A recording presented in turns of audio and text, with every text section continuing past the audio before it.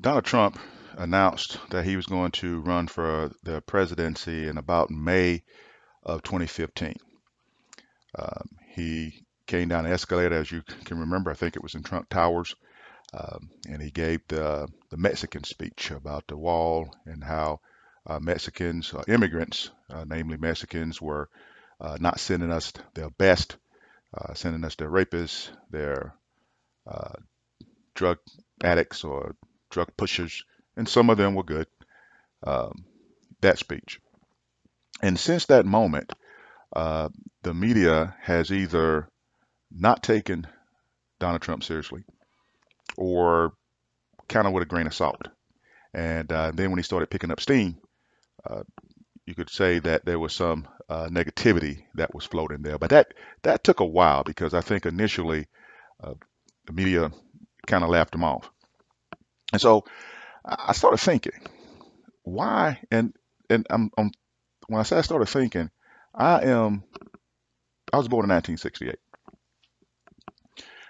grew up in the 80s, and first heard about Donald Trump sometime in the 80s. So that's a long time ago, about 30 years, I think, when I probably first heard about Donald Trump. And it was all positive stuff. You know, he was a billionaire, he was brash, he was young, he was brilliant, or even before he became a billionaire, he was on his way to becoming a billionaire, but definitely he was a rich person. And the media uh, loved him because how would I know about Donald Trump if not for the media? How would I know that Donald Trump was successful if not for the media? So they loved him from the beginning. And if the media loved him from the beginning, and when I say our, the American people's first impression of Donald Trump was one of love, it's because the media put that there, right? So they had a love affair with him. And then when you go back, you can see that not only did the media have a love affair with Donald Trump, they started talking about this man running for president in like 1980. That's like almost 40 years ago, asking him to run. And you take a look at this clip here, a couple of these clips that I kind of merged together, and you see it's from 80, 82, 88, 99, consistently asking Donald Trump if he was going to run for president. Why wouldn't he run for president? So when you say, why would the media conspire against Donald Trump? I would submit a question to that as an answer to that question. Why would an entity such as the media, why would they practically beg a man to run for president, and then when he runs for president and ultimately wins the presidency, why would they all of a sudden conspire against him? Right? And the evidence is clear that there is a conspiracy. There's something going on with the media against Donald Trump. Now, you can argue from his tweets, and I think one of the Fox personalities, believe it or not, Neil Cavuto, or however you pronounce his name, makes the argument that Donald Trump has brought some of this on himself. The only thing I would say about that is this: Donald Trump is the same today as he was in 2000, as he was in 1988, as he was in 1980. As to say, not that he didn't involve, because he wasn't a billionaire, obviously, in 1980, but his ideas, the things that he was concerned about, the things that he considered problems with the country, those things are the same. He has been consistent with that. So you got to ask yourself, if Donald Trump, 40 some years ago, was good enough to be practically begged to run for president on some levels, certainly considered a presidential candidate on other levels, why would that person, who's basically cultivating his same thought patterns, his same issues that he had with the country back then, and not only has he been consistent with what he considered problems with America, but as he has continued on in his business, he has continued to be successful. Now, people like to bring up his bankruptcies, right? Okay. Well, bankruptcy is a business ploy. And me personally, if you committed bankruptcy or had to file bankruptcy multiple times and still come on out on the other end of that thing as a billionaire and ultimately win the presidency, then to me that's to be applauded, not to be looked at as a detriment. But why would the media all of a sudden not like the man? Um, I think one of the things you want to do when you consider a question like that, you want to study the media. Now, I haven't worked in the media, but I have studied the media. I actually got my undergraduate degree in broadcast journalism. So I studied journalism. Um, didn't want to necessarily go into the field when I graduated because I, didn't think that the pay was going to be, all that great starting out. But what did I know? But I studied journalism, and certainly I'm a consumer of journalism. I've been reading newspapers, magazines for as long as I can remember. As soon as I started to read, I was always fascinated with the newspaper. Basically, started with reading the sports page, and then once I consumed everything on the sports page, I would branch out local news, whatever's happening on the national stage. I've been following politics since 1976 when I was 8 years old. The first presidential election that I covered or watched was the uh, 76 between Ford and Jimmy Carter. I sort of wet my feet, so to speak, with politics during the Nixon thing. I was a youngster, but that was all that was on the news. And back then, you only had but so many channels, so most everything was covering um, the Watergate scandal. So I've been somebody who watched news and politics for a long, long time. That is to say, so I've been well aware of how the media operates. I can remember as a kid, um, it was the 1980 presidential election between contest between Jimmy Carter and Ronald Reagan. Um, in my community, that is to say, the black community, there was a fear about Ronald Reagan. We feared that he was going to be a detriment to black people, that he was evil, that he was the devil. So many things that were perpetrated about Ronald Reagan. Those are stories. When you have that type of mindset or belief system, it's because that has been planted some kind of way. Now, I'm not going to get into conspiracy about media planning certain stories, but definitely I can remember thinking that Ronald Reagan was the devil. And I got that thought process from somewhere, and it wasn't my parents. Um, so those thoughts came from somewhere. As a black man, I do know that the media can create a narrative. All right. As a black man, as a black person, uh, there's always been a sort of a conversation or a concern that most of the news that you see on television when it came to blacks was always negative. You saw, blacks being poor. You saw blacks committing crimes. You seldom saw blacks doing anything positive. And if you are a white person, right, and your only knowledge of a black person is either someone who's working for you or working with you, or by what you see on the news, you can definitely understand why the opinion of black folk by so many white folk would be negative. So I know just based off of that the media can create a sort of negative a narrative in reference. And some of that, it drives ratings, right? They go with what's successful. The big scary black man can be could be advantageous, so to speak. But you can definitely create a narrative. I don't know how many of you folk remember a few years ago when we were talking about, it seemed like the national discourse was about sharks.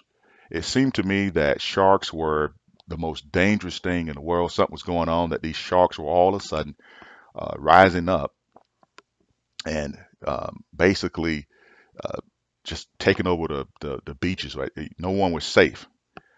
Every other story, it seems, was about a shark and a shark attack. It seemed to be getting crazier and crazier. Well, what happened to sharks all of a sudden? In fact, ask yourself this: why were sharks all of a sudden getting to be so powerful for that period of time? And then why all of a sudden did they suddenly go away? You see, you might hear a shark story here and there, a shark about a shark attack, but definitely nothing like it was. I think it was like the summer of 2001. It was probably before uh, the 9/11 attacks. It could even be in 2002, before Shonda Levy. There was a young lady, a congressman, had an affair with back in 2002. That somewhere along that time, that story kind of took over the shark attack stories. And but the point is, you don't hear as much about shark attacks today as you did, say, at that period of time. The media was creating a narrative that sharks were on the rise, and those were only stories that they put out.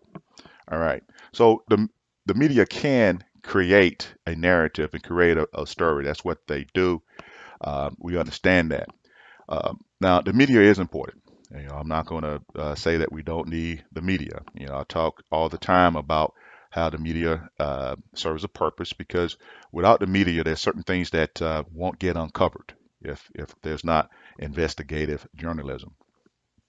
But I've argued for years that something happened with the media, and I don't know if it was post uh, internet or as a result of the internet, but somewhere along the way, and when I studied the journalism, broadcast journalism, in my undergrad years, and I studied some print journalism as well. You have to take a couple electives, so you're a journalism student, so there's a lot that you have to put in there as far as time and study and whatnot. It was drilled into us that you never went to a with your editor with a completed story that wasn't sourced twice, right? Now, they didn't necessarily want to have anonymous sources, but we understood that sometimes if you didn't have anonymous sources, you might not be able to, um, get some valuable information on the record. And sometimes people still have to work, they still have their lives to be concerned about, so they want to speak, but they want to speak on the record. And as a journalist, you understood that that was a possibility. Um, but you never went with a story with just one source. All right, so you got your information on a story, and then what you did was you backed that up with another source, a little cross reference to make sure that you had a credible story here. You also didn't go with your facts, excuse me, with your opinions, right? You went with the facts in the story. And what I've seen is there is a margin. Now there was always a part. There was a section called the editorial page, right, where writers could, kind of sophistize or could have their opinions. That was on the editorial page. What I've seen well before Trump era is a merging of facts with opinions. So many stories are opinion pieces, and I'm gonna do a video at some point in time showing you an example of what I'm talking about, where there's a story that the writer, instead of just reporting the facts, have actually decided that he or she was going to incorporate their opinions into the story. And that's been a problem, and that has gotten worse. Okay, so, but anyway, I'm getting a little bit off track. Why would the media conspire against Donald Trump? What would the media have against Donald Trump? Well, to understand that, I was giving the background about some of this information here, is that the media again and Donald Trump have had a relationship that goes back nearly 40 years, as you saw in some of the clips that I just run. And it was a love relationship, and they were impressed with this brash young guy from New York. He was young, he was cocky, confident, um, you know, very shrewd, uh, and smart and intelligent, and a risk taker. All the things that the media applauded back then. And Donald Trump could he kind of understood the media even back then. He knew that positive pub could get you a long way. He knew that if you're dealing in the business world, when people knew about you, okay, when they knew about you, you had a better chance of getting additional people to come to the table, do business with you. So he understood that. Um, at the time, he understood that a lot of uh, news was good news, whether it could have a negative slant or a positive slant, because if they were talking about you again, they were getting to know you. He understood that. That's why there was these rumors that he would call up the media and pretend to be somebody else talking about himself. All right. Even when the media found out about that, they were impressed because they knew then that he understood how the media worked. So what happened? Right? Why would they conspire against him? Well, one of my things I think is that the media got a little upset with Donald Trump because he controlled when he was going to run for president and how that story was going to be put out. If you look at those videos that I showed you with Donald Trump having these sit down interviews, a lot of times, so he's having these sit down interviews, and they want Donald Trump to announce at that point. They want him to give them that big news break, that big, hey, I'm running, and Donald Trump is running for president, and he announced it here. Well, that's not what he did, right? He announced it on his own terms. That can kind of irk some folk, right, in the media because they wanted to control the narrative. And Donald Trump, from the start, came out and controlled his own narrative. He controlled what you saw, right? There was talk at the time that Donald Trump, when he announced that there were people in the building that he paid to be there, okay, that people didn't come on their own. Well, when you think about it, you got a city of New York City, a city as big as New York City. Donald Trump is as popular as he's been. That building in and of itself, even if Donald Trump is not doing anything, that Trump Tower is going to be filled with people. I'm a Southerner, but I've been to New York and I know there's a lot of things going on. But when there are cameras rolling, New Yorkers are just like anybody else. They're going to stop and watch and want to see what's going on. That's when they go and they film scenes in New York and they block off the streets and everything. There's still people when they see that happening, even though they've seen it happen 1,000 times, who will still want to watch. One thing is they're not always New Yorkers, because New Yorkers, the New York itself is just filled with people from all over, just different uh, countries and communities come up to go to New York. So when they see that cameras and all that, they're going to sit there and they're going to want to see what's going on. So the narrative that the media was trying to create was that Donald Trump couldn't have anybody. Nobody was going to be there unless he paid for them to be there. Okay. Now, Donald Trump didn't tell you that. I didn't tell you that. But yet everyone knew that. Now, who would put that information out there? Who would say that? The media. That's how you find out about it, right? That's how you find out something like that, whether it's true or not. That's where it comes from. So that, from the beginning, was the media trying to control the narrative that Donald Trump was a fringe candidate, didn't stand a chance.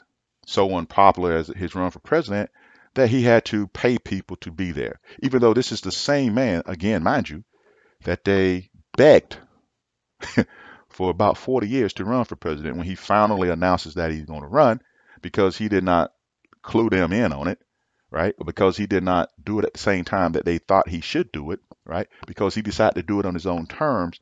They decided that, hey, we're going to marginalize this somehow, downplay it by creating the narrative that Donald Trump didn't stand a chance. Well, he keeps plugging. He's plugging. And I know from the beginning, people say, well, Donald Trump was getting all this free press. And he was getting free press, but it wasn't free positive press. It was press that they were covering it to show that his campaign wasn't like the other campaigns, but not in a good way, right? They were showing that if you go back and look at some of the stories, they was talking about he's not really using his money. He said that he was going to do this. He said he was going to spend $100 million on his campaign. And so a lot of that, you saw some stories talking about the fact that he wasn't spending the money on the campaign that he said he was, right? It was talking about a lot of stories like what it was concentrating on. He said the Mexicans to build a wall and the whole immigrant thing, but not from a good thing. There was an issue about immigration, for the longest time. Donald Trump has talked about it for a long time. People have talked about it for a long time. So when he comes out and he announces that, hey, this is going to be one of the cornerstones of my run, and the media come in and they concentrating on, oh, he called them rapists. He called them this, he called them that, right? So they creating a narrative, and he kind of took that back. Now, Donald Trump tweets a lot. He's always tweeted, right? So you get a tweet, and look, I'm one. You can ask any of my family and friends, man. Every time I see one come out, man, it irks the hell out of me. I'm like, oh, man, will he just sit down, right? So you can have that.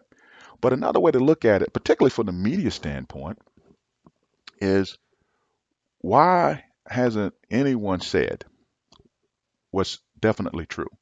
That Donald Trump is definitely the most transparent president that we've ever had. Th- Donald Trump's tweets is the very essence of transparency, right? Not one media outlet has ever uh, characterized it that way, right? Because they are too busy creating a narrative that he's unhinged, that he's crazy, even though practically everything that he said for years. And if it's crazy now, then it was crazy then.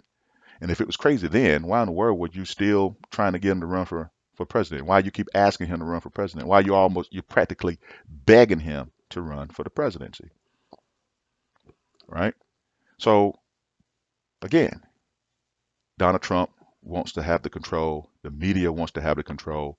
That's part of the conspiracy against Donald Trump because the media wants to control him. Okay, that's one, and he's not allowing it. So that's one reason why there's a conspiracy. You look about. I'm gonna have a separate post about a video about the witch hunt or the Russian collusion. And again, I want people to be aware, because one, I'm not a Trump supporter. I wasn't a Trump supporter. I voted for Barack Obama not once but twice. If you go back through my video archives, you will see there's some what you can consider pro-Trump videos on some level, but there's a ton more, several more, where I'm very critical of Donald Trump, uh, almost dismissive of Donald Trump uh, in some regards. And I say that to say that, and I'm not one of those, to say that I'm not one of those um, blind-hearted folk that, Donald Trump can do no wrong. I'm a big critic, have been. I would be a critic of any president, that uh, does something that, I don't agree with. You know, I'm a registered Democrat, all right? And uh, if you read my YouTube sort of bio, I would readily admit to you that I am a center left. Most of the time I'm center, but if I lean, most of the time I'm going to lean left. Sometimes I lean right, but the majority of the times I may lean left. I'm unapologetic for that. Um, I've read some comments on my blogs that people have uh, some uh, right wing extremists have called me the N word. But I also have been called by my own race, by some folk, I've been called a coon. And for people who don't know what a coon is, it's an insult given to a black man by another black person, by a black person, by another black plus person, that's equivocal to being called a nigger. Okay. And quite frankly, for me, whether I'm called a coon or a nigger, uh, it's still an insult, right? So whether a white person call me a nigger or a black person call me a coon, it's an insult. So I've been called that on either side because I'm gonna do me, right? I'm gonna give you the information as I see it, my take. This is C. Edwards' take. I'm gonna give it to you how I see it, and I'm gonna call it like I see it. And what I'm calling now is that there is a conspiracy against Donald Trump, as far as the media. And one of the reasons, like I said before, is because Donald Trump is controlling the narrative. Uh, let's go back to the SS Hollywood tape where Donald Trump was on video saying, um, you can grab him by the pussy, you can grab him by you heard the tape, and that was the media's um, That was the media's bullet in the pocket, right? That was the thing that was going to uh, keep him in line. You can most rest assured that Donald Trump camp was presented with that tape, that this is going to come out and say, boy, if you don't get yourself in line now, we're going to come out with this, right? And when they came out with it and it did not have the desired effect that they thought it was going to have, that it had before, right? If you go back, let me just stop for a minute. If you go back to 1988 with Gary Hart, Gary Hart was a presidential candidate that um, he was a Democrat on the Democrat side, and he was going to run for president. He was back. In fact, the caucus ended up getting it, but it was Gary Hart that was the favorite, and Gary Hart had a damn good chance of being able to beat George Bush. Okay, and then it came out that Gary Hart had an affair with I can't think of the young lady's name, and they had the picture of him on a boat. And it was widely assumed that the Bush camp or Republicans came out with that information. And it might have been a conservative person who came out with the information, I'm not sure. But I know where I found out about the information. I found out the information through the media. The media had opportunity to squash that information, but they didn't. Somehow or another, Gary Hart was one who didn't play ball, and he got crushed by the media. They control that. The media controls the information you have. Every information, no matter positive or negative, has to go through the media. They control what gets to you, and they control in what form it gets to you, and they control what tone that is to you. All right. So don't get it twisted. The media is very important, but they also are very, very powerful. Donald Trump understood that. Donald Trump, one of the first things as Donald Trump was building his empire, one of the things that he was doing was learning the media, how to work it, how to manipulate it, how to bend it to his will.